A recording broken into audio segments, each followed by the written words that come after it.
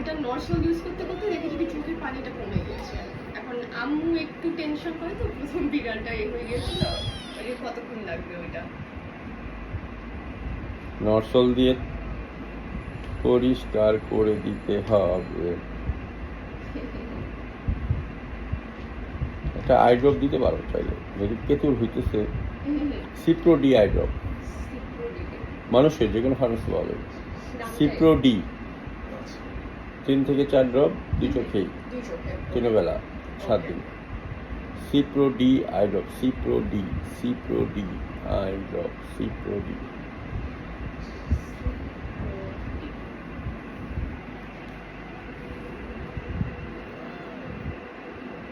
দাড়ি মাছ অনেক বড় বড় আছে, বড় হলে ঢাউস টাইপের বিড়াল হবে।